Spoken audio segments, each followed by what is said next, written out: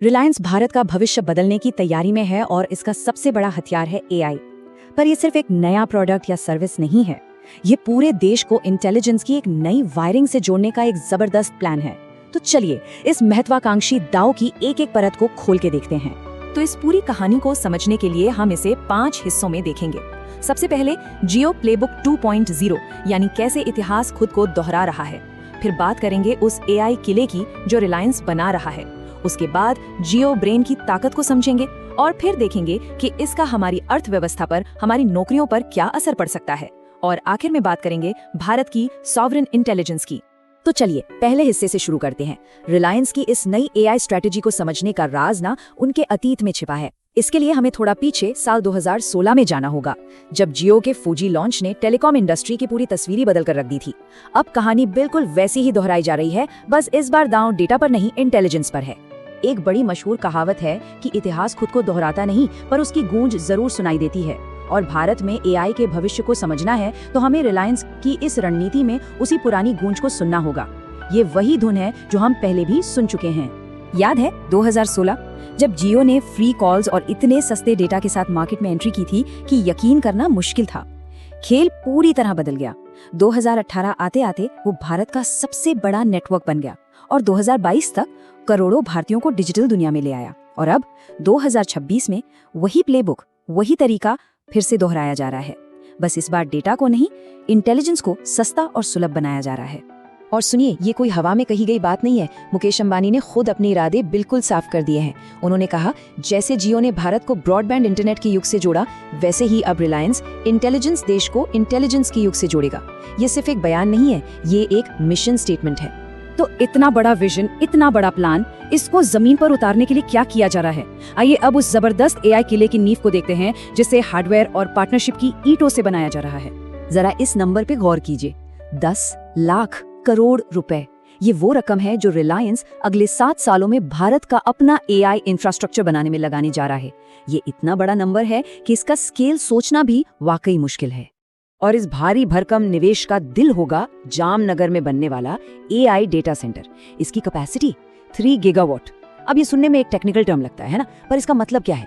आसान भाषा में समझें तो इतनी पावर कि दिल्ली जैसे 2 बड़े शहर रोशन हो जाएं। चलिए इस नंबर को थोड़ा और समझते हैं। 2024 में पूरे भारत की कुल डेटा सेंटर कैपेसिटी सिर्फ 950 मेगावाट थी और यहाँ रिलायंस सिर्फ एक जगह पर जामनगर में 3000 मेगावाट का सेंटर बना रहा है। मतलब एक ही फैसिलिटी देश की मौजूदा कैपेसिटी को एक झटके में 3 गुना से भी ज्यादा कर देगी। ये कोई छोटा मोटा अपग्रेड नहीं है, ये एक जबरदस्त छलांग है। लेकिन सबसे बड़ा सवाल, इतना सब कुछ इतनी कम कीमत पर कैसे मुमकिन होगा? यहीं पर उनका असली तुरुप का इक्का है। देखिए, बाकी कंपेटिटर्स पुराने पावर ग्रिड और महंगे ईंधन पर निर्भर हैं। वहीं रिलायंस अपनी ही 10 गीगावाट की ग्रीन एनर्जी का इस्तेमाल करेगा, मतलब अपनी बिजली, अपना इंफ्रास्ट्रक्चर। इससे उनकी लागत इतनी कम हो जाएगी कि वो दुनिया में सबसे सस्ती एआई सर्विस देने का दावा कर पाएंगे। और इस हार्डवेयर के पहाड़ को खड़ा करने में वो अकेले नहीं है। उनका सबसे बड़ा साथी है एनवीडिया, दुनिया की सबसे बड़ी एआई चिप बनाने वाली कंपनी। और एनवीडिया के सीईओ जेनसन हुआंग ने इस पार्टनरशिप को एक लाइन में बहुत खूबसूरती से समझाया। उन्होंने कहा, भारत को रोटी आयात करने के लिए आटा निर्यात नहीं करना चाहिए, भारत को अपना एआई खुद बनाना चाहिए। मतलब साफ है, डेटा हमारा तो इंटेलिजेंस भी हमारी होनी चाहिए। ठीक है, तो हार्डवेयर यानी इस एआई मॉन्स्टर का शरीर तो बन रहा है, पर इसका दिमाग, इसे चलाएगा कौन? वो कौन सा सॉफ्टवेयर इंजन है जो इस बेहिसाब ताकत को हर किसी तक पहुंचाएगा? और इसका जवाब है जियो ब्रेन। ये सिर्फ एक ऐप या सॉफ्टवेयर नहीं है, ये एक पूरा का पूरा एआई प्लेटफॉर्म है। और इसका सबसे बड़ा जादू ये है कि ये किसी भी कंपनी या नेटवर्क में बिना बड़े बड़े और महंगे बदलावों के मशीन लर्निंग को आसानी से जोड़ सकता है। ये पूरी रणनीति का वो दिमाग है जो एआई को अपनाना हर किसी के लिए आसान और सस्ता बना देगा। और हम जैसे आम लोगों तक ये कैसे पहुंचेगा? इसके लिए एक बहुत ही सिंपल लेकिन पावरफुल 3 स्टेप प्लान है। पहला काम, 100 GB तक फ्री क्लाउड स्टोरेज दो ताकि लोगों का डेटा भारत में ही रहे। फिर दूसरा काम, उसी इकोसिस्टम में काम के एआई टूल्स दो ताकि लोग इसे इस्तेमाल करते रहें। और आखिर में एआई को करोड़ों लोगों के लिए बिजली या पानी की तरह एक ऐसी जरूरी सुविधा बना दो जिसके बिना काम ही न चले। तो ये सब हमारे रोज की जिंदगी में कैसा दिखेगा? जरा सोचिए, जियो फोन कॉल एआई आपके कॉल्स को रिकॉर्ड करके उसकी समरी बना दे, या रिया एआई आपकी अपनी एंटरटेनमेंट असिस्टेंट बन जाए। जियो क्लाउड पीसी से आप बिना महंगा कंप्यूटर खरीदे भारी भरकम काम कर सकें, और जियो फ्रेम्स जैसे स्मार्ट ग्लास आपको स्क्रीन से ही आजादी दिला दें। इस पूरे विजन को समझाने के लिए मुकेश अंबानी ने एक बहुत ही खूबसूरत मिसाल दी है। कामधेनु की, पौराणिक कथाओं की वो दिव्य गाय जो हर इच्छा पूरी करती है। वो एआई को हर नागरिक के लिए एक ऐसी ही कामधेनु बनाना चाहते हैं जो सबकी जेब में हो और जब चाहें तब एक्सपर्ट सलाह दे सके। ये सब सुनने में तो बहुत अच्छा लगता है ना, एक बेहतर भविष्य का सपना। लेकिन हर बड़े बदलाव की एक कीमत होती है। अब बात करते हैं सिक्के के दूसरे पहलू की। इस एआई क्रांति का भारत की लाखों नौकरियों पर क्या असर होगा, क्योंकि ये एक आर्थिक परमाणु बम भी साबित हो सकता है। इस हिस्से की शुरुआत करते हैं एक बहुत ही अहम और थोड़ी चिंताजनक भविष्यवाणी से। ये भविष्यवाणी है मशहूर टेक इन्वेस्टर विनोद खोसला की।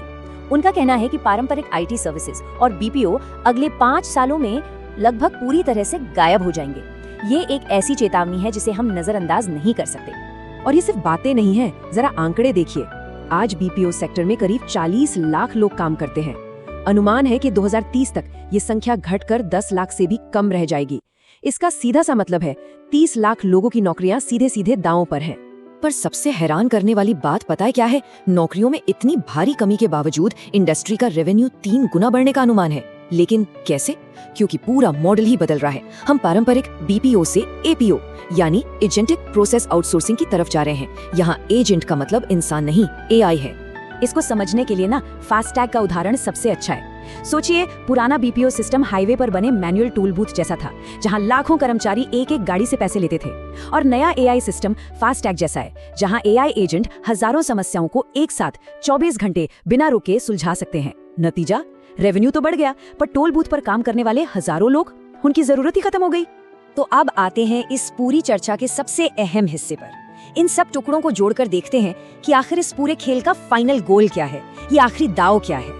तो बेसिकली रिलायंस जो कर रहा है वो एआई को एक महंगी चीज या लग्जरी से हटाकर बिल्कुल बिजली की तरह एक आम सुविधा बना रहा है। जैसे दीवार में लगे एक स्विच से बिजली मिलती है ना, वैसे ही एआई को हर किसी के लिए हर जगह सस्ता और सुलभ बनाया जा रहा है। एआई का ये लोकतंत्रीकरण वाकई भारत को पूरी तरह बदल सकता है। और ये सब हमें एक बहुत बहुत बड़े सवाल पर लाकर खड़ा कर देता है। जब एआई बिजली की तरह एक राष्ट्रीय सुविधा बन जाएगी, तो क्या भारत की सबसे बड़ी संपत्ति और ताकत उसके लोग यानी उसका ह्यूमन कैपिटल न रहकर उसकी अपनी आत्मनिर्भर सॉवरेन इंटेलिजेंस बन जाएगी? इस सवाल का जवाब ही आने वाले भारत की कहानी लिखेगा।